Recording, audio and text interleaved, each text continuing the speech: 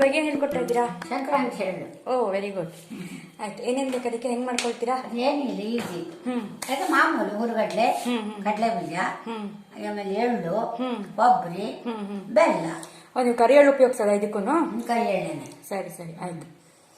ಸರಿ ಅಜ್ಜಿ, ಆಯ್ತು. ಈಗ ಫಸ್ಟ್ ಕಡಲೆ ಬೀಜ ಹುರ್ಕೊತೀನಿ.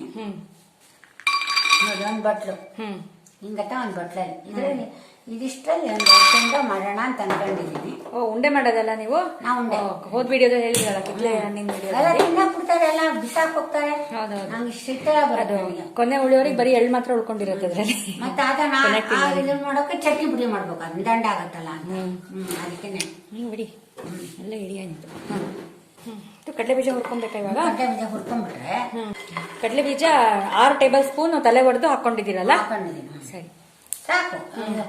ಸುಮಾರು ಇದಕ್ಕೆ ಒಂದು 5-6 ಉಂಡೆ ಮೇಲೆ ಆಗುತ್ತೆ. ಕೊಬ್ಬರಿ ಹಾಕತ್ತಲ್ಲ, ಹುರುಗಡ್ಲೆ ಹಾಕತ್ತೆ, ಎಲ್ಲ ಹಾಕತ್ತಲ್ಲ, ಅದರಿಂದ ಸಾಕು. ಸರಿ, ನೀವು ಇದು ಮಾಡ್ತಿರ್ತೀರಾ, ನಾನು ಬೆಲ್ಲ ಬೇಕಾದ್ರೆ ಪುಡಿ ಮಾಡ್ಕೊಂಡು ಬಂದ್ಬಿಡ್ತೀನಿ. ಇಷ್ಟು ಉಂಡೆ ಬೆಲ್ಲ ತಗೊಂಡಿದ್ದೀವಿ, ಸಾಕಾಗತ್ತೆ. ಇದನ್ನ ಪುಡಿ ಮಾಡ್ಕೊಂಡು ಮಿಕ್ಸಿ ಮಾಡ್ಬೇಕಲ್ಲ. ನೀವು ಮಾಡ್ತಿರ್ತೀರಾ ಅಜ್ಜಿ? ಮಾಡ್ತಿರ್ತೀನಿ. Video on ಇಟ್ಟೋಗಿಲ್ಲ? ಇಟ್ಟೋದು ಪರವಾಗಿಲ್ಲ. ಆ ಗುಂಡ್ಕಲ್ಲಿ ಇಟ್ಟು ಕೊಟ್ಬಿಡು.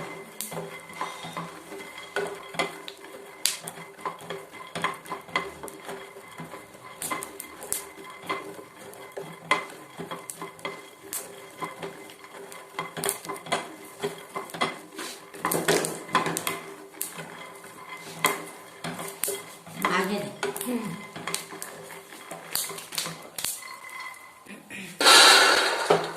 ಚೂರು ಹೊರಗಡೆ ಬೇಕಾಗಿಲ್ಲ. ತುಪ್ಪ ಗಿಪ್ಪ ಹಾಕೊಂಡು ಹುರಿಯೋದೇನು ಬೇಡಲ್ಲ ಇದು? ಏನು ತುಪ್ಪದ ಕೆಲಸವೇ ಇಲ್ಲ.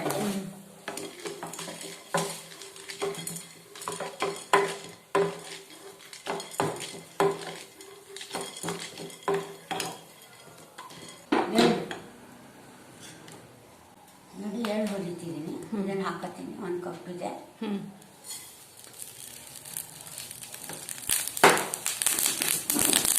ಮಾಡ್ತೀನಿ, ಅದು ಹೀಟ್ ಇರುತ್ತೆ ತುಂಬ. ಅದನ್ನ ಹೊಸಾದರೆ ಅಲ್ಲ, ಚೆನ್ನಾಗಿ ಹೀಟ್ ಕೊಡುತ್ತೆ.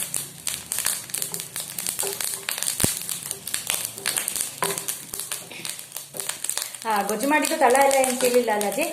ಗೊಜ್ಜು ಮಾಡಿದ್ದು ತಳ ಹಿಡಿಲಿಲ್ಲ ಅಲ್ಲ ಪಾತ್ರೆ? ಏನಿಲ್ಲಪ್ಪ, ಫ್ಲೈ ಪಾತ್ರೆ ಚೆನ್ನಾಗಿದೆ, ಪರವಾಗಿಲ್ಲ.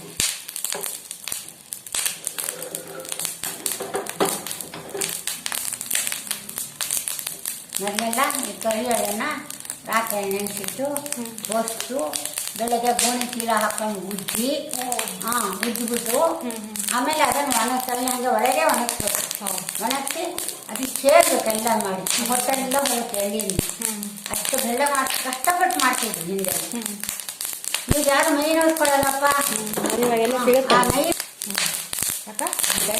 ಹಾಕ್ತಿದೆ ಅದು ಫುಲ್ಲು. ಆಗ ಹಂಗೆ ಹೊಟ್ಟೆ ಎಳ್ಳು ಹಂಗೆ ಕಣೆ, ಎಲ್ಲಿ ಚಟಪಟ ಹೊಟ್ಟಬೇಕು. ಹಸಿ ಬಿಸಿ ಆಗ್ಬಿಡುತ್ತೆ. 1/4 ಟೇಬಲ್ ಸ್ಪೂನ್ ಅಲ್ಲಿಗೆ ಹಾಕೊಂಡೇ ಹೋಗಿ ಹೊರಗಡೆ. ಮತ್ತೆ 1/4 ಚಮಚ ಅದಕ್ಕೆ ಎಳ್ಳು ಹುರಿಬೇಕಾದ್ರೆ ದೊಡ್ಡ ಪಾತ್ರೆ ಇಟ್ಕೊಂಡು ಹೊರಗೆ ಬಿಡೋಲ್ಲ.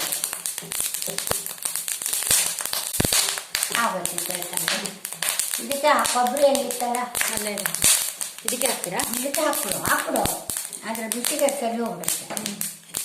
ಈಗ ಅದು ಹಾರಲ್ಲ, ಇದು ಬಿಸಿ ಆಗುತ್ತೆ ಅಷ್ಟೇ. ನೋಡು, ಕೂತ್ಕೊಂಡ್ಬಿಡ್ತಾಳೆ ಎಳ್ಳು. ಎಳ್ಳು ವಿಷ್ಣುವಿನ ಬೆವರಿನಿಂದ ಹುಟ್ಟಿದ್ದು. ಅದಕ್ಕೋಸ್ಕರ ಎಳ್ಳಿಗೆ ತರ್ಪಣ ಬಿಡ್ಬೇಕಾರಂತ ಎಳ್ಳಿಲ್ದೆ ಬಿಡಹಂಗೆ ಇಲ್ಲ ಕರಿ ಎಳ್ಳು.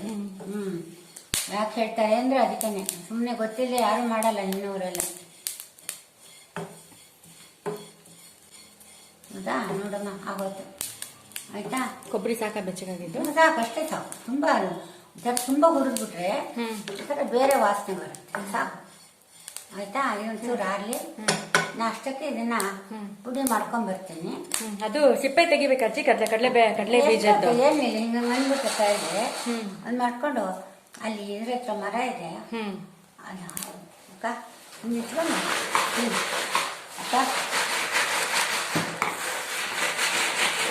ನೋಡ್ಯಾ, ಹಿಂಗೆ ಮಾಡ್ಬಿಟ್ರೆ ಸೇರ್ಬಿಟ್ರೆ ಸರಿ. ಸಾಕೋದೇನು ತುಂಬ ಹಾಗಿದ್ರೆ ನಾವು ಪುಡಿ ಮಾಡ್ತೀವಲ್ಲ, ತಂದೆ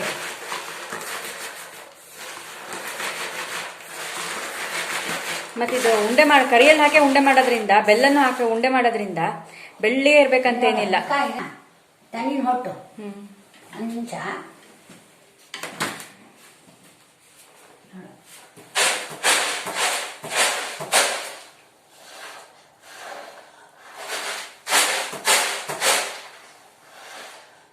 ಸಾಕಿಷ್ಟು ಆಯ್ತಾ. ಈಗ ಅದು ಮಿಕ್ಸಿಯಲ್ಲಿ ಹೋಯ್ತು. ಬಂದೆ ತಡೀರಿ. ಇಲ್ಲ ಕಾಣುತ್ತಾ? ಇಲ್ಲ ಅದೇನಿಲ್ಲ ಕಾಣುತ್ತಾ ಅಲ್ಲಿ? ಸರಿ ಒಂದು ನಿಮಿಷ ಚೆಕ್ ಮಾಡಿಬಿಡ್ತೀನಿ. ಇಲ್ಲ ಎಲ್ಲ ತೊಳೆದಿದ್ದೆ. ಎಲ್ಲ ಕ್ಲೀನ್ ಆಯ್ತು. ಅಲ್ಲ ಒದ್ದೆ ಆಗಿರೋಲ್ಲ ಚೆಕ್ ಮಾಡಿದೆ ಆಯ್ತಾ. ಇದೇ ಬೇಡ ಬೇಕು ಅಂದರೆ ನಿಮಗೆ ಬಾಯಿ ಬಿಚ್ಚಿ ಹಾಕ್ತೀನಿ. ಹೌದಾ? ಆದಷ್ಟು ಕ್ಲಿಯರ್ ಆಗಿದೆ. ಬಟ್ ಉಂಡೆ ಮಾಡೋದ್ರಿಂದ ತುಂಬ ಆಗ್ಬೇಕಂತ ಅಷ್ಟೇ ಸಾಕು. ಇದ್ರದ್ದು ಕಣ್ಣು ತೆಗಿಯೋದು ಅದೂ ಏನ್ ಬೇಡ. ಏನು ಬೇಡ. ಎಳ್ಳು ತೆಗಿಯೋತಿಗೆ ಕಣ್ಣೆಲ್ಲ ತೆಗೆದೆಲ್ಲ ಮಾಡ್ತಾರಲ್ಲ, ಅದೇನು ಏನು ಅವಶ್ಯಕತೆ ಇಲ್ಲ. ಸರಿ ಅಜ್ಜಿ ಆಯ್ತು. ಆಯ್ತಾ. ಅದು ಆರೋ ತನಕ ಬೇಕಾದ್ರೆ ಒಂದು ರಾಮಂದ ಏನಾರ ಹೇಳ್ತೀರಾ? 22 ನಮ್ದು ಅಯೋಧ್ಯೆದು ರಾಮಲೆಲ್ಲ ಪಟ್ಟಾಭಿಷೇಕ ಇದೆಯಲ್ಲ, ಅಲ್ಲ ಪ್ರಾಣ ಪ್ರತಿಷ್ಠಾಪನೆ. ಹಂಗಾಗಿ ಬಂದೆ ಒಂದು ನಿಮಿಷ. ಶ್ರೀಮತಿ ಸೂರ್ಯ ಕೂಲೆ ಅಕರೋ ಅವತಾರಂ ಪ್ರಾಪಯಿತುಂ ಭುವನಂ ಭವಭಾರಂ ಪ್ರಾಪಯಿತುಂ ಭುವನಂ ಭವಭಾರಂ ರಾಘವಾದೃತ ಮನುಜ ಶರೀರ ರಾಘವಾದೃತ ಮನುಜ ಶರೀರ ರಾಘವ ಜಯ ಜಯ ರಾಮ ಹರೇ ರಾಘವ ಜಯ ಜಯ ರಾಮ ಹರೇ ಸುರಗಣ ಸಾಹ್ಯ ವಿಧೌ ಕರುಣಾರಸ ಸಾಂದ್ರ ಸುರಗಣ ಸಾಹ್ಯ ವಿಧೌ ಕರುಣಾರಸ ಸಾಂದ್ರ ದಶರಥ ದೋಗ್ಧ ಪಯೋನಿಧಿ ಚಂದ್ರ ದಶರಥ ದೋಗ್ಧ ಪಯೋನಿಧಿ ಚಂದ್ರ ಕೌಶಿಕ ಮಖಪಾಲ ಭಾವಿತ ಮುನಿದಾರ ಕೌಶಿಕ ಮಖಪಾಲ ಭಾವಿತ ಮುನಿದಾರ ಪುರಹರ ಕಾರ್ಮುಕ ಭಂಜನ ಧೀರ ಪುರಹರ ಕಾರ್ಮುಕ ಭಂಜನ ಧೀರ ರಾಘವ ಜಯ ಜಯ ರಾಮ ಹರೇ ರಾಘವ ಜಯ ಜಯ ರಾಮ ಹರೇ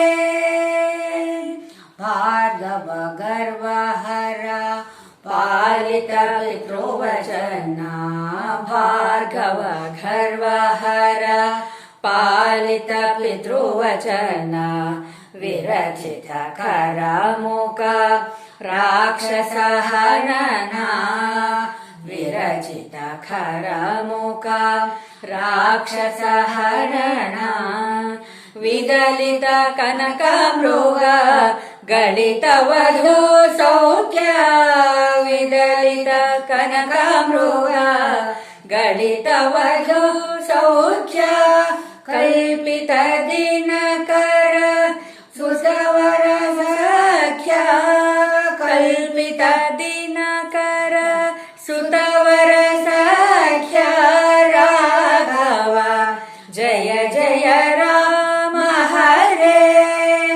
ರಾಘವ ಜಯ ಜಯ ರಾಮ ಹರೇ ತಂಬಿತ ವಾರಿನಿಧೆ ಸೀತಾಸೋತ್ಕಂಠ ಸ್ತಂಭಿತ ವಾರಿನಿಧೆ ಸೀತಾಸೋತ್ಕಂಠ ರಣಹತ ಸಾನುಜ ಸುತ ದಶಕಂಠ ರಣಹತ ಸಾನುಜ ಸುತ ದಶಕಂಠ ಭೂಮಿ ಸುತಾರಮಣ ವಿಧಿಮುಖ ಸುರ ಪೂಜ್ಯ ಭೂಮಿ ಸುತಾರಮಣ ವಿಧಿಮುಖ ಸುರ ಪೂಜ್ಯ ಚಿರ ಪರಿಪಾಲಿತ ರಘುಕುಲ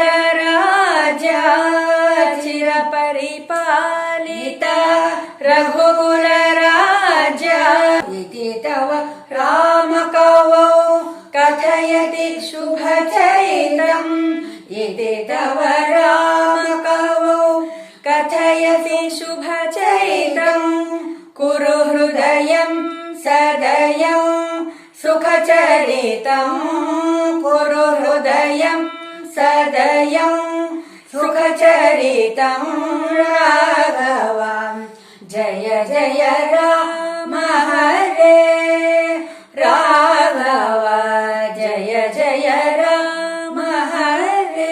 ಈ ಅಷ್ಟಪದಿ ಹೇಳಿದ್ರಿಂದ ಸೌಖ್ಯ ಎಲ್ಲ ಸಿಗುತ್ತೆ. ಅಂದ್ರೆ ಇದ್ರಲ್ಲಿ ಸ್ವಲ್ಪ ರಾಮಾಯಣನೇ ಪೂರ ಕೊಟ್ಟಂಗಿದೆ. ಇಲ್ಲಿಂದ ಆರಂಭ ಆಗತ್ತೆ. ಇದು ಪೂರ ರಾಮಂದು ಇದು ರಾಮ ಹುಟ್ಟಿದ ಅಂತಲ್ವಾ, ಸೂರ್ಯ ಕುಲದಲ್ಲಿ ರಾಮ ಜನಿಸಿದ್ದು ಮಾಡಿ ಜನಿಸಿದ್ದು ಹಾಗಂತ ಹೇಳಿ ಇದೆಲ್ಲ ಕೊಟ್ಟು ಸ್ವಲ್ಪ ಇದನ್ನ ಕೊಟ್ಟಿದ್ದಾರೆ. ಇಲ್ಲಿಂದ ಮುಂದೆ ಪೂರ ಅವರದ್ದು ಮದುವೆ ಇದು ಎಲ್ಲ ಉಂಟು ಕಲ್ಯಾಣ ಅಷ್ಟಪದಿ. ಒಂದೊಂದೇ ಹೇಳ್ತಾ ಬರ್ತೀನಿ. ಸರಿ ಸರಿ ಅಜ್ಜಿ, ಓಕೆ, ಥ್ಯಾಂಕ್ ಯು. ಸರಿ, ಈಗ ನನ್ನ ಕೆಲಸ ಶುರು ಮಾಡಿ. ಇದಷ್ಟು ತಣ್ಣಗಾಗಿದೆ, ಪರವಾಗಿಲ್ಲ. ನಾನೀಗ ಮಿಕ್ಸಿ ಹಾಕೊಂಡ್ಬರ್ತೀನಿ.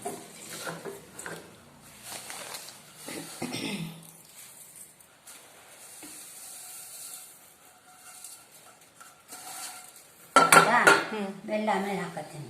ಪುಡಿ ಆಗಲಿ. ಮುಚ್ಚಲ ಇಷ್ಟನ್ನು ಅಲ್ಲೇ ಇರ್ಬೇಕೆ? ಇಲ್ಲ ಇಲ್ಲ ಇಲ್ಲ, ನೋಡೋಣ ಅಂತ ಗೊತ್ತಿಲ್ಲ. ನೋಡು ಸಾಂದೇರೆ ಫುಲ್ ನುಣ್ಣಾಗ್ಬಿಡ್ತಲ್ಲ ಅಜ್ಜಿ. ಆಯ್ತಲ್ಲೇ ಮತ್ತೆ ಗುರುತೇ ಗೊತ್ತಾದಂಗೆ ಆಗ್ಬಿಟ್ಟಿದೆ. ನೋಡು. ಓ, ಹಿಂಗಿದ್ರೆ ಒಳ್ಳೇದು. ಕಡಲೆ ಬೀಜ ಅವಾಗ ನೋಡು ಎಸಿತಾರ ನೋಡೋಣ. ಬೆಳ್ಳಿಗೆ ಹುರಿಬೇಕು ಅಂತಾನೆ ಅವಶ್ಯಕತೆನೇ ಇಲ್ಲ. ಬಿಳಿ ಎಳ್ಳಲ್ಲೂ ಹಿಂಗ್ ಮಾಡ್ಬೋದು. ಆದ್ರೆ ಬಿಳಿ ಎಳ್ಳಿಗಿನ್ನ ಕರಿ ಎಳ್ಳು ಮೈಗೆ ಒಳ್ಳೇದು ಅಂತ ನಾನು ಹೇಳೋದು. ಈ ಕಾಲದಲ್ಲಿ ಏನೇನೋ ರೋಗ ಅನ್ಭವಿಸ್ತೀವಿ. ಅವಾಗ ಆದಷ್ಟು ನಾವು ಇಂಥದ್ದೇನು ಮಾಡ್ಕೊಂಡ್ಬಿಟ್ರೆ ಸೋರ್ ತುಪ್ಪ ತುಂಬಾ ಬೇಡ. ಇಲ್ಲ ನೀನ್ ಹೇಳ್ತೀಯ ಅಂತ ನಾನು ತುಪ್ಪ ಹಾಕ್ತೀನಿ ಕಣವ. ನಾನು ಇದೇನು ಹಾಕಲ್ಲ, ಹಂಗೆ ಊಟ ಕಟ್ತೀನಿ ಸುಮ್ಮನೆ. ಇರಲಿ ದೇವರಿಗೆ ಫಸ್ಟ್ ಒಂದು ಗುರುಗಳಿಗೆ ಪ್ರಸಾದ ಅಂತ, ಆಯ್ತಾ?